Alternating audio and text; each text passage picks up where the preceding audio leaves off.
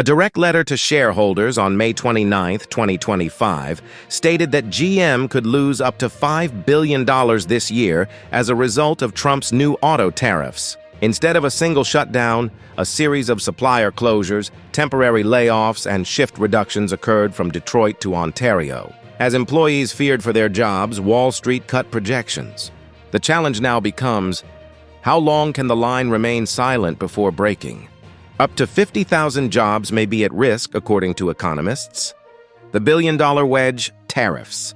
Tariffs were marketed as a precise instrument to support American manufacturing and restore jobs. However, reality is brutal. In April 2025, the White House imposed a 25% levy on all imported automobiles and parts. The financial team at GM raised the alarm. Mary Barra, the CEO, warned stockholders that this would completely $4 to $5 billion from earnings in 2025, depleting R&D budget for Ultium batteries. A little adjustment made in late April limited stacked duties and provided a meager 3% offset for assembly taking place in the United States. However, 40% of GM cars still use foreign components. As a result, practically all Silverados, Equinoxes, and Escalades were directly struck. Include the current tariffs on steel and aluminum, and a $3,200 surcharge is now applied to each truck. The first to feel the pinch were suppliers. With price increases affecting 30,000 parts, a steering knuckle went from $28 to $36. GM attempted to take the hit, but Wall Street pushed for mid-year price hikes. But the cost of parts wasn't the only thing going up. Let's observe how the manufacturing floors were affected by these demands. The point at when production actually ceased. The news reports about General Motors closing its plants across the country are oversimplified. The silence in the plants, however, was equally startling. When Factory Zero stalled and 200 employees were formally sent home on April 11th due to declining demand, trouble started in Detroit. In late April, the Ingersoll Cami plant stopped producing Bright Drop vans until October, laying off 1,200 workers on May 2nd, despite the floor muttering about tariff-driven expenses. 700 jobs were lost when a truck line in Oshawa stopped operating overnight.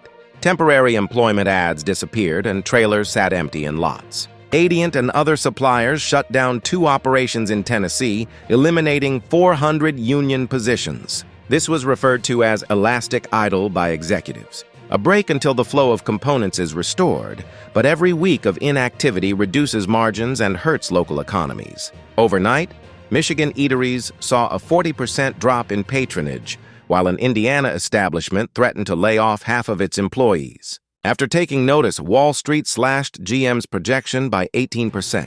Prior to delving into the implications of this for EV's future, click like and subscribe to keep up with Piston's Pundit. It enables us to provide you with even more fast lane updates. Let's now examine how these tariff headwinds and the EV promise intersected. 3. A cold customer meets America's EV bet. GM was at the forefront of the electric revolution for 2 years. 3 dominoes then fell, though. The federal EV tax credit of $7,500 was eliminated. Ironically, Congress imposed taxes on battery minerals and halted financing for national chargers, which caused Ultium prices to rise. Once a hive of activity, Factory Zero is now crammed with unsold Silverado EVs collecting dust behind plastic. After incentives vanished, internal data indicates that EV interest fell from 14% to 7%. Rising insurance and electricity bills were too much to overcome, even with 0% financing. According to CFO Paul Jacobson, GM must sell 100,000 Ultium trucks annually in order to break even. Forecasts for 2025, however, indicate that only 65,000 will sell. As the batteries deteriorate in the heat of storage, each unsold EV costs $45,000. Customers observe deteriorating chargers and growing costs. Some go back to using gas-powered vehicles. As GM reduces output and looks for cheaper batteries, others are left out entirely. Was this an EV dream? That is the major question. Tariff choked or overestimated? However, EVs are not the only part of the tale. Let's now examine the ways in which this unrest has caused division among unions and employees. 4. Employees, labor unions, and nationalism politics. Unions, workers, and nationalism politics. Once divided by badge pride, Detroit shop floors are now at odds over how tariffs affect actual wages. President Sean Fine of the UAW criticizes Trump's tariffs. GM is criticized by Unifor for surrendering Canadian employment for political points in Tennessee. While Unifor views this as a great deal of hardship and finally prioritizes American workers. Formerly pro-tariff workers now murmur, "Cut the damn tariffs." The old battle lines are blurred by mortgage bills. The squeeze is felt by unions. If you support tariffs, you harm your international colleagues. If you oppose them, you run the risk of being called unpatriotic. Corporate cost-cutting is impacted by the friction. Seldom do divided workers come together. Elastic idlers are hourly workers. 75% of wages are covered by Subway. However, overtime disappears, and every day that passes feels like a flashback to Lordstown's 2019 closure. Toolboxes remain packed near the entrance. Political theater is insulting. Trump dismisses GM's predicament, claiming that they made their decisions. Not very helpful. A gentle reminder to adjust or perish. Unions are now compelled to reconsider tactics that go beyond catchphrases. The repercussions of these tariffs have extended beyond Detroit to the shores of the world. Let's observe how other car giants are affected.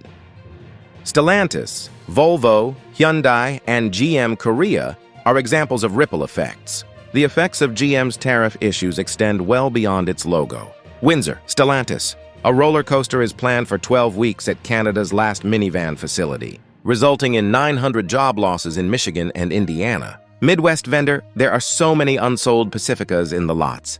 However, tariff-inflated Chinese parts continue to drive up prices. Volvo North America is preparing to temporarily lay off 1,000 employees in Pennsylvania and Virginia as fleet buyers object to rigs that are now $180,000 instead of $165,000 abroad. 88% of GM Korea's output is shipped to the United States. Fears that 25% tariffs will cause them to collapse. Hyundai and Kia hurried to increase production in Alabama and Georgia, mirroring GM's 2017 withdrawal from Australia. However, new employment won't start until 2027.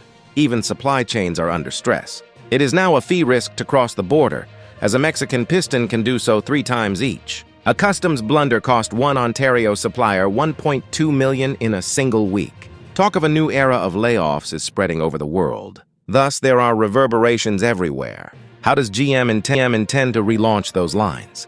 When will the line restart? When will the line restart? 3 best futures are sketched by planners within GM's Rings End headquarters. Mexican engines and Brazilian wiring looms return before the end of June. Fort Wayne's Silverado production bounces back, and Oshawa and Detroit's electric vehicle lines remain stable, meeting a cautious prediction of 65,000 Ultium vehicles. The margins remain encouraging but extremely thin. It's murkier on the Midway path. New taxes on Korean and Japanese electronics are being imposed in July, which will drive up the price of infotainment modules. Utilization of plants declines. Any relief is stalled by the Washington deadlock, and rumors of rating downgrades intensify. In the worst